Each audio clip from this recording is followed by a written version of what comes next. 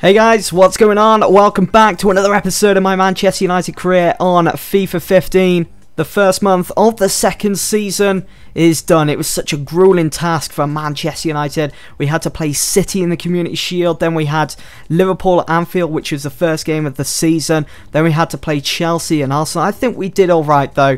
We managed to, well, we didn't lose a game out of those three fixtures. We only drew one game, and that was against Chelsea at Old Trafford.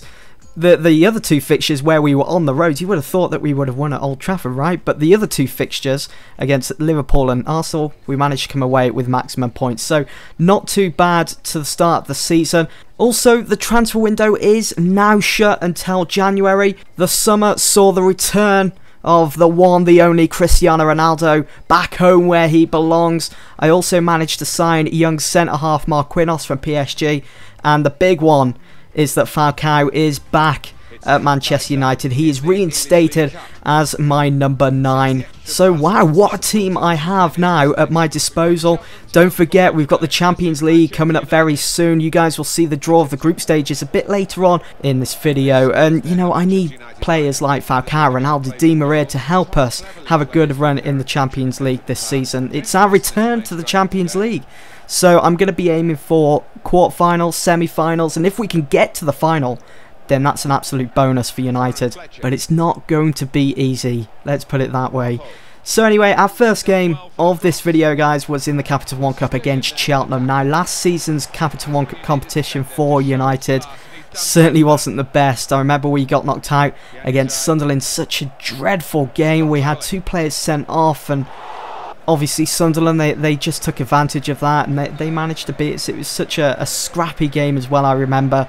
I was almost pulling my hair out. It was so frustrating at times. And I think part of it was that I was taking the risk with the youngsters. But, you know, when are they going to get match time? Because if I've got players like Ronaldo, Di Maria, Falcao and so on in the team for Premier League fixtures, when are the youngsters going to get time? And I think playing them in the Capital One Cup and the FA Cup, I think it's just the perfect time for them to have a run around and get some match experience with the Manchester United top on.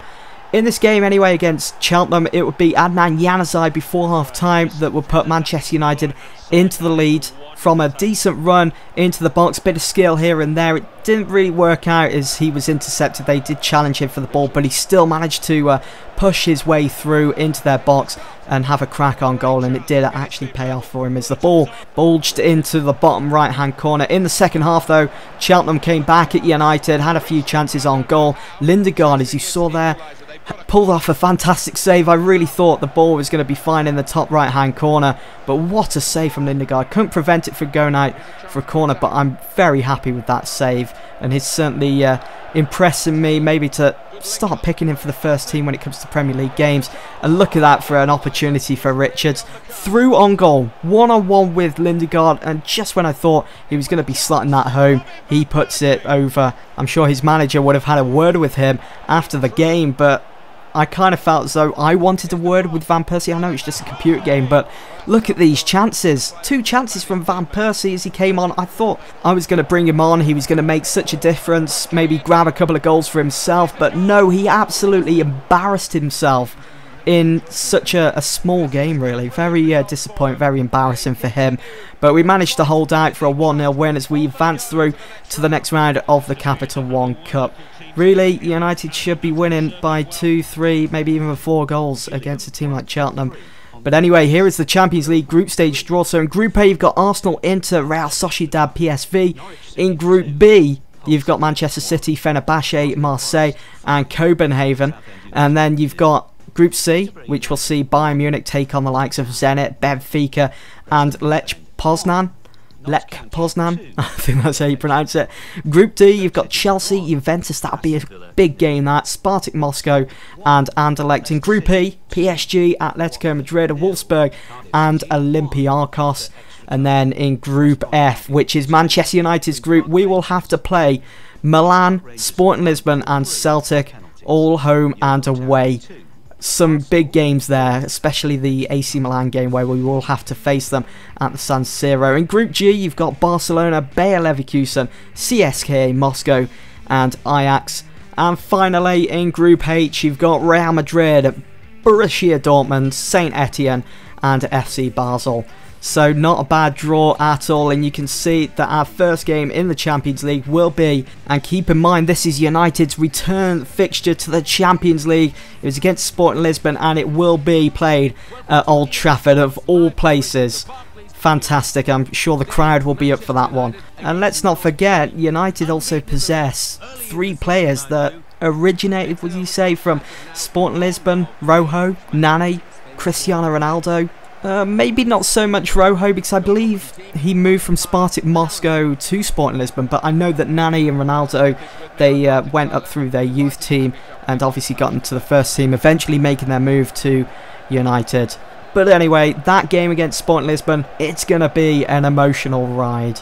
The Premier League was back though, as we had to play Norwich City next at home, and with that big win against Arsenal still fresh in our memory, I was feeling pretty confident about this game against Norwich City. Marquinhos started a game in front of the Old Trafford crowd for the first time, and it was Radamel Falcao's return game as he started up front in the number 9 shirt. And you'll notice that there was no Rooney for this game. He picked up a sprained knee from that game against Arsenal back at the Emirates. It will see him out for 4 weeks, so he could miss the start of Manchester United's campaign in the Champions League.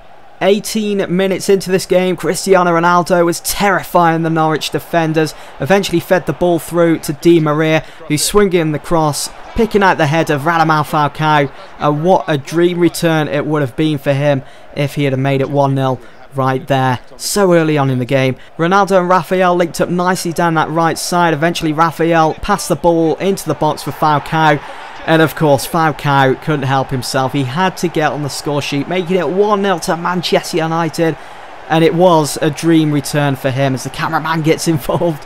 What a start for Falcao though on his return back to United. I mean, I left it pretty much to the last day of the transfer window, so he'd obviously played a couple of games in a Monaco shirt, and then he made his return to United, and you know, he was my top goal scorer last season, and he's just picking up where he left off. Just a fantastic goal as well, similar to a goal that he scored last season actually for United on the outside of his boot, and I'm sure there'll be more to come from Falcao this season like that. It was a poor clearance in the 60th minute by Angel Di Maria, kind of expected better of him there. The ball fell to the feet of Gary Hooper, and he put Norwich City back on level terms with Manchester United at Old Trafford. It only took United 2 minutes later to get themselves back in the lead against Norwich, and it came from that guy, Radamel Falcao. He really was turning this in to the dream return for himself at Old Trafford. Falcao is a wizard whenever in the opposition's penalty area. He knows where the goal is. He creates some fantastic goals which just get you thinking, how on earth did he do that? Seriously. But Norwich City, they kept attacking. They wanted to get themselves back in this game because they'd already scored against us. They know that they can do it. It was possible. But I had to make sure that that didn't happen again. And it would be Adnan Januzaj that would make it 3-1 to Manchester United. It was perfect vision from Ander Herrera as you could see Januzaj making the run on the left side, making space for himself. As soon as he received the ball, he brushed it into the back of the net, just letting the ball glide across the grass. It was just a perfect finish. I love goals like that. So it was a good lead to have over Norwich City, and it knocked them back, and it made them realise, yeah, we're not going to come away with anything. And then Mata makes things worse for Norwich City as he made it 4-1. It was a thunderous hit, and I did think at one point that the ball was going to go through the net because it was hit so hard. I think on Norwich's part though, it was their defenders and also John Ruddy as well that were to blame. I mean, Ruddy conceded some questionable goals which he really should be saving. So poor performance all around for Norwich, and Radamel Falcao almost had the perfect return to United as he almost got his hat-trick there. But it was good enough for me. 2 goals for Falcao, a 4-1 win over Norwich. And with that guys, I will leave it there for this episode. Hope you've all enjoyed. I'll see you all in the next one. Thanks for watching.